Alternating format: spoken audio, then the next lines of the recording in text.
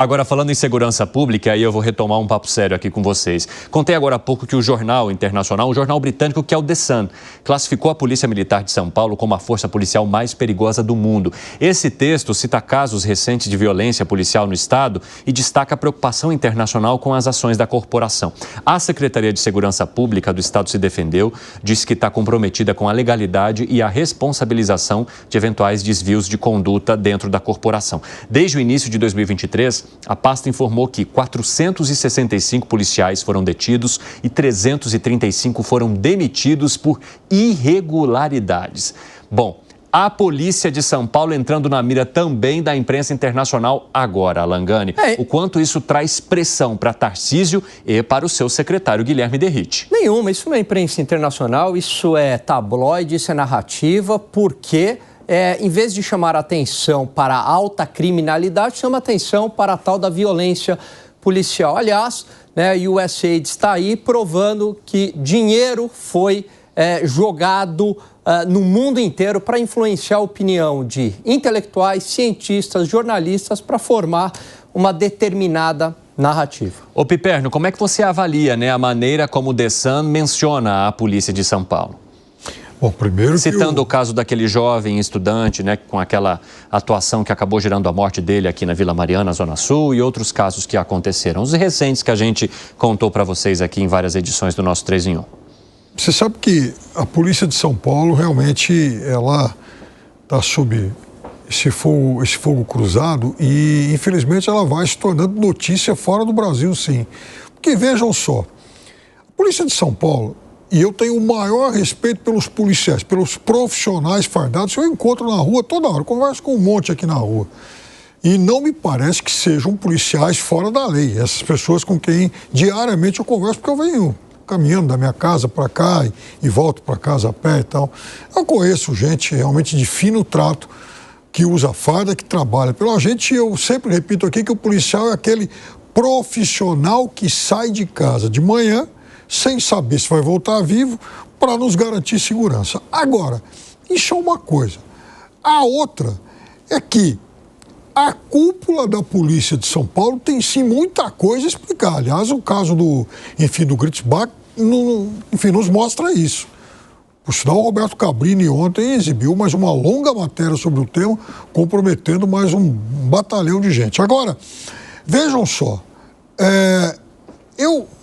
da mesma forma que eu tenho muitas reservas sobre os conteúdos produzidos pelo The Sun, eu também tenho todas as reservas do mundo sobre, assim, o alinhamento e até mesmo o caráter de gente que vai entrevistar a cúpula da polícia de São Paulo e bate palma quando houve alguma coisa do tipo: o número de homicídios caiu. Puxa vida, o número de assaltos caiu. Cara pálida. Só que o número de latrocínios aumentou, isso é estatística da própria polícia, aumentou em 2024, o número de estupros aumentou em 2024, a letalidade policial aumentou em 2024. Então, onde é que está essa eficiência? Só para lambe-botas. Onde que está, Segré? Olha, primeiro, me parece... totalmente só para lambe-botas. A questão fiquei meio desnorteado com lambe-botas, Lambe-botas, gente que puxa saco de militar. Entendo aí o sentido, mas não vejo a questão do militar como policial. São forças de segurança, mas não necessariamente uma vinculada com a outra. De qualquer forma, 435 policiais detidos, você mencionou, Evandro, 300 policiais demitidos, 380 demitidos, o que prova que a justiça, no caso desse pessoal que não está cumprindo a lei, está funcionando. Senão eles estariam ainda na corporação, o que seria errado. Pessoas ilegais tem em todos os segmentos econômicos e em todos os segmentos sociais também.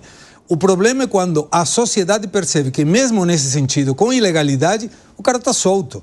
Esse é o problema. Se tem gente que está cometendo irregularidades, e claro, a polícia tem a arma, aí logicamente é uma briga desigual com a sociedade. Mas The Sun não comentou que o Brasil tem 40 mil, de média, assassinatos por ano, equivalente como se fosse um país em guerra civil? Ele não falou isso. E, de novo, eu fico triste porque ninguém está considerando a Bahia, que continua sendo a polícia mais letal de todo o Brasil. Teve algum comentário da Bahia? Por isso. Não tem. É só São Paulo.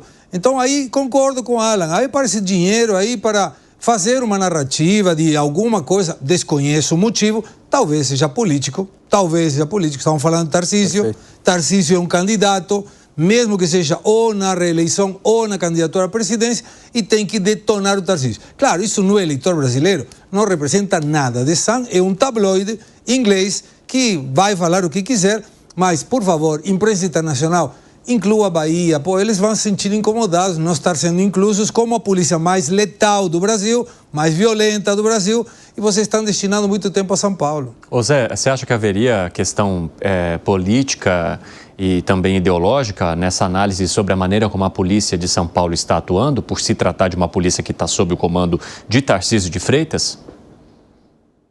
A violência, a segurança pública, né, são assuntos assim que movem o mundo inteiro, não é só o Brasil. Mas, recentemente, o Brasil começou a prestar muita atenção nisso.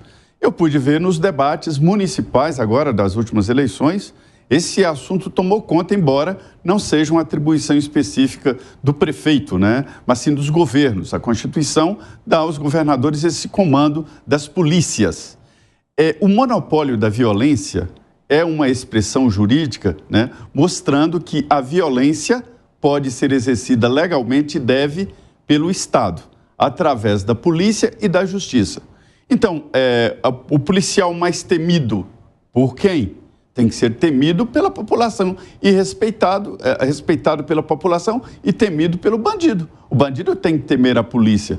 E eu vejo um processo aqui no Brasil que eu venho falando insistentemente e o discurso tem se ampliado. Eu tenho visto outras pessoas, antes era só eu, falar do perigo que o policial está correndo, que é o risco judicial. Quando ele faz um concurso público, ele sabe que tem um risco de vida, é um risco calculado. Agora, o risco jurídico está muito alto.